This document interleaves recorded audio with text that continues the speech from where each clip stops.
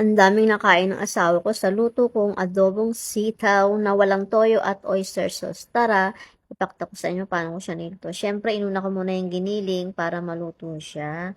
Bago natin ilagay ang bawang at sibuyas. Siyempre, dagdag lasa din ng olive oil na medyo manamis-namis. Kaya ang sarap talaga sa mga ginisang gulay ang olive oil.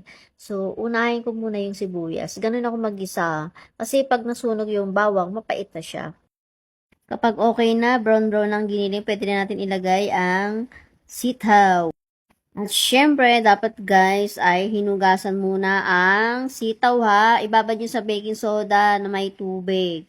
So, ayun. Konting gisa-gisa lang. Tapos, lagyan na natin ng mga pampalasa. At ito ang ginagamit kong coconut aminos. Alam nyo ba guys, napakasarap niyan. Manamis-namis. So, hindi na ako gumagamit ng toyo at oyster sauce kasi mas healthy ito guys. And then nilagyan ko na ng suka guys. Siyempre, kailangan medyo maasim-asim na manamis-namis. Kaya perfect combination ng suka at yung coconut aminos. And then takpan na natin.